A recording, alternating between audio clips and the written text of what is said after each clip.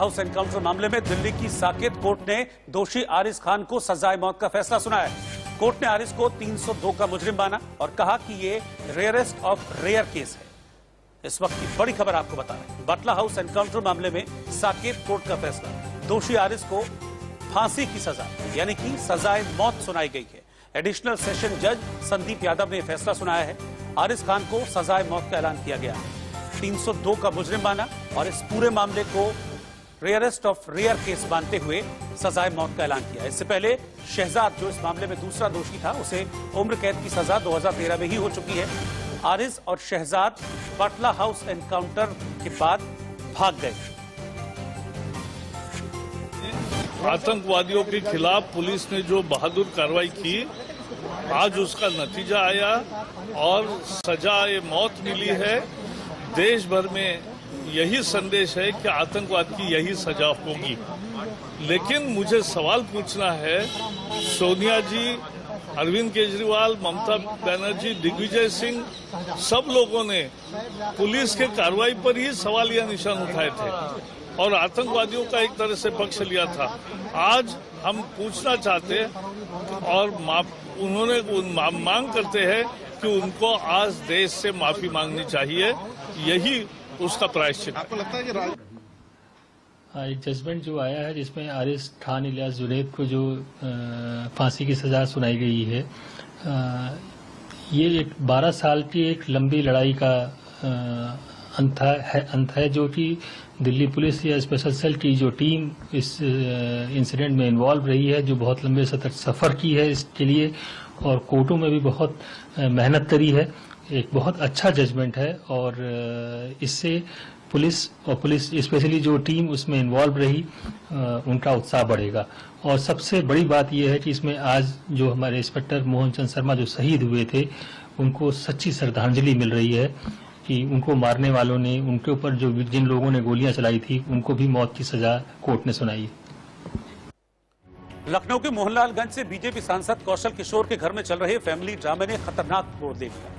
उनकी बहू अंकिता ने उनके घर के ही सामने अपने हाथ की नस काट ली, जिसके बाद वहां मौजूद सुरक्षा कर्मियों ने आनन फानन में अंकिता को सिविल हॉस्पिटल में भर्ती कराया। आत्महत्या की कोशिश से पहले अंकिता ने 5 मिनट 10 सेकंड का एक वीडियो जारी किया था जो अब वायरल है, जिसमें सांसद की बहू अंकिता रोते हुए पति आयुष के सांसद पिता कौशल किशोर और मलिहाबाद से विधायक सास जया देवी पर प्रताड़ित करने के आरोप लगा रही है।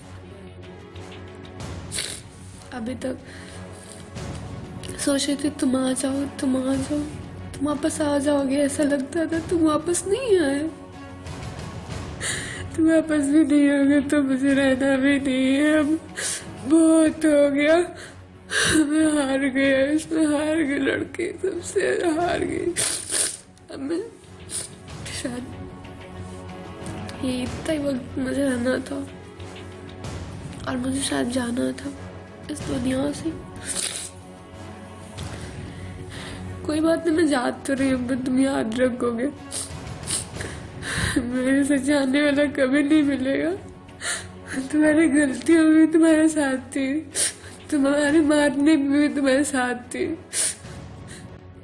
अंकिता ने रविवार देर रात ये वीडियो सोशल मीडिया पर पोस्ट किया और फिर स्कूटी से दुबग्गा में मौजूद सांसद के घर के बाहर पहुंच गई और वहां आयुष को बुलाने लगी। दावा है कि पुलिसकर्मियों ने उन्हें रोकने की कोशिश की तो अंकिता ने अपने हाथ की नस काट ली। इसके बाद वहां मौजूद सुरक्षा कर्मियों ने आनन फानन में अंकिता को सिविल अस्पताल में भर्ती कराया, जहां अब उसकी हालत स्थिर बताई जा रही है।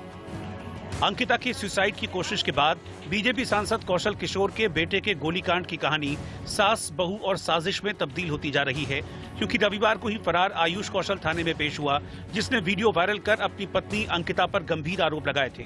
बदले में अंकिता ने उसका नार्को टेस्ट कराने की अपील की थी। जो भी मैंने किया, मैं उसकी सजा जो भी मुझे मिले, मैं उसको भुगतने के लिए तैयार हूँ। और माता पिता से ये है निवेदन कि वो मुझे माफ कर दें और जो लोग भी इसे वीडियो को देख रहे हैं वो अपने बच्चों को दिखाएं, अपने बच्चों को समझाएं कि ऐसे लड़कियों के चक्कर में बिल्कुल ना पड़े, ताकि जैसे मेरी जिंदगी बर्बाद हुई वैसे और किसी मेरे भाई बहन की जिंदगी बर्बाद ना हो। इससे पहले आयुष और अंकिता के बीच जमकर वार पलटवार हुई। आयुष ने कहा कि अंकिता ने उसे हनी ट्रैप में फंसाया। अंकिता का यह दावा है कि आयुष के भाई ने उसे धमकी दी। आयुष का दावा यह है कि अंकिता ने ही मुझ पर गोली चलवाई, तो वहीं अंकिता का यह कहना है कि आयुष उसके साथ मारपीट करता था। आयुष का दावा यह है कि पूरी साजिश अंकिता ने रची थी। वहीं अंकिता ये कहती है कि आयुष ने मुझे अपने भाई पर आरोप लगाने को कहा। आयुष का यह दावा है कि अंकिता उसे खाने में नशा दिया करती थी, तो वहीं अंकिता का कहना यह है कि आयुष पहले से ही नशे का आदी था, वो पहले से ही भांग खाता था। यूपी के गाजियाबाद में ईस्टर्न पेरिफेरल एक्सप्रेसवे के टोल प्लाजा पर जमकर मारपीट हुई। डासना टोल बूथ पर करीब 10 लोग बाइक पर आए और टोल प्लाजा के कर्मचारी के साथ मारपीट की। साथ ही टोल प्लाजा बूथ में जमकर तोड़फोड़ भी की गई। मारपीट और तोड़फोड़ का यह वारदात सीसीटीवी में कैद हो गई। हमला करने के बाद आरोपी वहां से चले गए। बाद में पुलिस मौके पर पहुंची और सीसीटीवी फुटेज की मदद से अब इन हमलावरों की, इन मारपीट करने वालों की पहचान की जा रही है। गुरुग्राम में एक लड़के की पिटाई का वीडियो सोशल मीडिया पर वायरल हो गया है, जिसमें एक लड़की अपने दोस्त के साथ मिलकर एक लड़के की पिटाई करती हुई नजर आ रही है और दोनों ने मारते मारते इस लड़के को बेदम कर दिया। यहां तक कि फर्श पर गिरा हुआ लड़का खुद को छोड़ देने की गुहार लगाता रहा, लेकिन इन दोनों में से कोई भी उसकी बात सुनने को तैयार नहीं हुआ और लगातार डंडे से इस लड़के की पिटाई की जाती है। लड़की ने उसके बाल खींचे, उसे मारा पीटा और बाद में इस मामले की शिकायत पुलिस में की गई। पुलिस ने आरोपियों की पहचान कर ली है और अब उनकी तलाश की जा रही है। खड़ा हो, कूदा क्यों था? किसान आंदोलन की वजह से बंद गाजीपुर बॉर्डर को खोल दिया गया। नेशनल हाईवे 24 पर दिल्ली से गाजियाबाद की तरफ जाने वाले जो रास्ता है उसके खुल जाने की वजह से लोगों को बड़ी राहत मिली है। देखिए हमारे संवाददाता जतिन गोस्वामी की रिपोर्ट। से आज आम लोगों के लिए एक राहत की खबर आई है। उन आम लोगों के लिए जो गाजीपुर बॉर्डर से होकर रोजाना का सफर करते हैं और दिल्ली से गाजियाबाद जाते हैं। मैं आपको तस्वीरें दिखाते हुए बता देता हूं। मैं इस समय नेशनल हाईवे 9 पर उस जगह पर मौजूद हूं जो गाजीपुर बॉर्डर का हिस्सा है और यहां पर नेशनल हाईवे 9 को दोनों तरफ से बैरिकेड किया हुआ था, लेकिन आज आप ये जो हिस्सा देख रहे हैं, ये जो ट्रैफिक आप देख रहे हैं, ये दिल्ली की तरफ से आने वाला ट्रैफिक है और नेशनल हाईवे 9 का दिल्ली से आने वाला जो ट्रैफिक है वो आसानी से जा रहा है क्योंकि यहाँ से आज बैरिकेड हटा दिया गया है। हालांकि दूसरी तरफ की स्थिति की बात करें तो दूसरी तरफ अभी बैरिकेड पहले की तरह लगा हुआ है। यानी इसका सीधा अर्थ मैं आपको बताऊं, अगर आप गाजियाबाद से दिल्ली जा रहे हैं तो फिलहाल आपको नेशनल हाईवे 9 पर गाजीपुर बॉर्डर पर बैरिकेड दिखेगा, लेकिन अगर आप दिल्ली से वापस आ रहे हैं तो आपको बैरिकेड नहीं दिखेगा और आप सीधे और स्मूथली गाजियाबाद जा सकते हैं। यानी दिल्ली मेरठ एक्सप्रेस वे पर आप जा सकते हैं और ट्रैफिक को आप देख सकते हैं कि जो पूरी तरह से ट्रैफिक है वो सुचारू है। इसका नतीजा ये होता था कि शाम के समय जो लोग दिल्ली से गाजियाबाद आते थे उनको एक बड़े जाम का सामना करना पड़ता था और काफी परेशानी से वो जूझते थे, लेकिन अब उनके लिए नेशनल हाईवे 9 पर राहत होगी। मगर ये आपको बता दें कि नीचे की तरफ नेशनल हाईवे 9 से नीचे की तरफ आपको गाजीपुर बॉर्डर दिखाएं तो यहाँ बैरिकेड अभी नीचे की तरफ नहीं हटाया गया है। माना जा रहा है कि नीचे का बैरिकेड भी जल्द हटाया जा सकता है। लोग क्या कहते हैं वो उनसे जरूर यहाँ पूछने की कोशिश करेंगे कि उनको कितनी परेशानी जो है उसका सामना इन दिनों करना पड़ रहा था। ये जो आज बैरिकेड ऊपर का खुल गया नेशनल हाईवे 9 का, सामने देखिए कितनी परेशानी होती थी जब ये बंद। परेशानी होती थी और उधर उधर से घूम के जाना पड़ता था और काफी जाम फाम भी लगता था साइड से। तो अब थोड़ा सही है और मतलब रास्ता खुल गया तो अब परेशानी भी कम है थोड़ी। कितना टाइम बचेगा इससे? कम से कम मेरा टाइम बच जाता है, कम से कम 20-25 मिनट का टाइम बच जाता है। कानपुर से आगरा गई एक बारात की बड़ी चर्चा है क्योंकि 7 फेरों से पहले दुल्हन ने शादी करने से इनकार कर दिया। घर वालों ने कहा कि शादी जिस लड़के से तय हुई थी उसकी जगह किसी और को दूल्हा बनाकर लाया गया। इसके बाद लड़की ने फेरे लेने से इनकार कर दिया। बैंड बाजा और बारातियों के साथ लाखों का खर्च करके बारात गई, लेकिन वहां देखते ही देखते मंजर बदल गया। कहां तो बाराती बड़ी धूमधाम के साथ दुल्हन लाने के लिए पहुंचे थे, लेकिन जब लड़की ने शादी से इनकार कर दिया तो सभी पुलिस थाने पहुंच गए। वहां शिकायत दर्ज कराई गई और वर पक्ष ने न्याय की गुहार की मांग की है। वहीं वधु पक्ष की दलील है कि उनके साथ धोखा किया गया। पुलिस अब इस मामले की जांच कर रही है।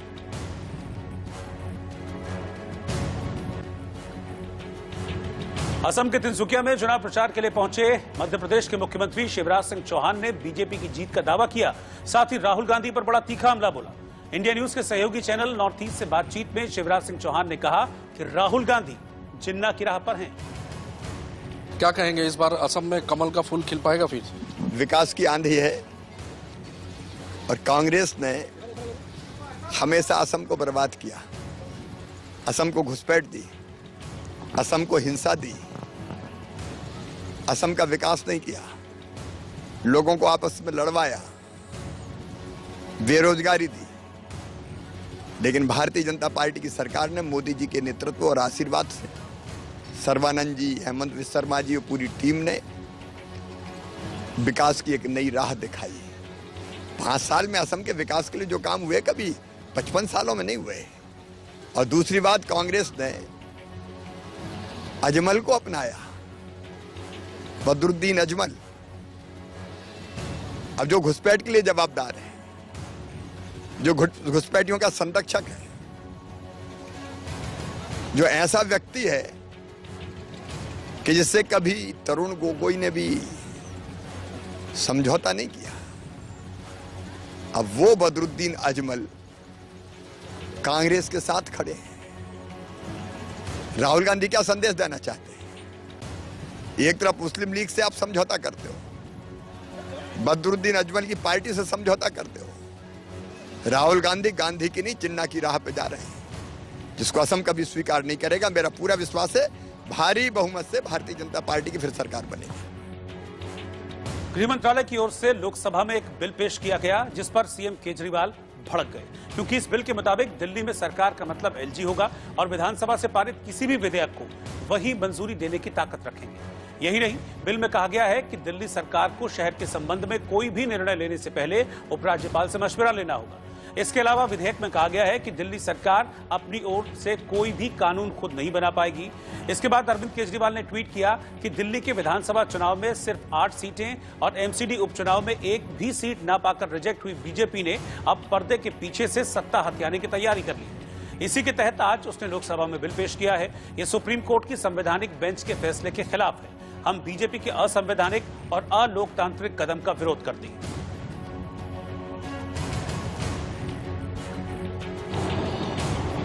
ये जो बिल है, ये जो अमेंडमेंट लेके आ रही है केंद्र सरकार, भारतीय जनता पार्टी की सरकार, ये जैसा मैंने कहा कि संविधान के खिलाफ है और साथ साथ लोकतंत्र के खिलाफ है। इस बिल में लिखा हुआ है, ये बिल है, अमेंडमेंट बिल, इसकी कॉपी है। ये 1 पन्ने का बिल है कुल मिला के, और इस बिल में लिखा हुआ है कि दिल्ली सरकार, मतलब इस बिल के लागू होने के बाद दिल्ली सरकार का मतलब होगा लेफ्टिनेंट गवर्नर। दिल्ली में चुनी हुई सरकार का मतलब अब कुछ नहीं रह जाएगा। दिल्ली में सरकार का केवल एक मतलब होगा, लेफ्टिनेंट गवर्नर।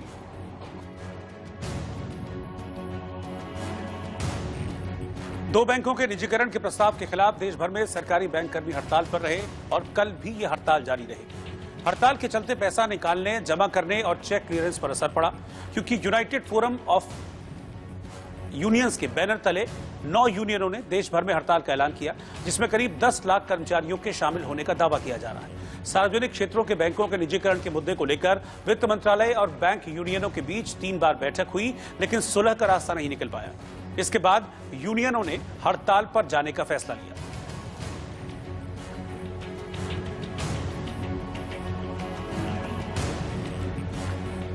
बीएसपी अध्यक्ष मायावती ने साफ कर दिया कि उनकी पार्टी यूपी में अगला चुनाव अकेले लड़ेगी। राज्य में हो रहे विधानसभा चुनावों में भी उनकी पार्टी किसी से गठबंधन नहीं करेगी। इधर आ रहा है उससे हमें लेना देना नहीं। उत्तर प्रदेश में बीएसपी अकेले अपने बलबूते पर, यूपी में 403 विधानसभा की सीटें हैं, सभी सीटों पर अकेले अपने बलबूते पर चुनाव लड़ेगी। किसी के लिए भी एक सीट नहीं छोड़ेगी और किसी भी प्रकार को वो कोई गठबंधन नहीं करेगी। हमारी पार्टी उनसे यह अनुरोध कर रही है कि जब देश के किसान केंद्र सरकार के बनाए हुए 3 कृषि कानूनों से सहमत नहीं हैं, तो फिर केंद्र की सरकार को अपने इन 3 कृषि कानूनों को वापस ले लेना चाहिए। देश के विभिन्न राज्यों में वह खासकर बीजेपी की सरकारों के चलते यहाँ पेट्रोल, डीजल व रसोई गैस आदि की बढ़ती कीमतों से आसमान छूती महंगाई व विकराल गरीबी एवं बेरोजगारी से तथा खराब कानून व्यवस्था आदि के कारण अब देश में गरीब व मेहनतकश लोगों का जीवन दिन प्रतिदिन अति कठिन होता जा रहा है। और एक छोटे से ब्रेक के लिए रुक रहे हैं।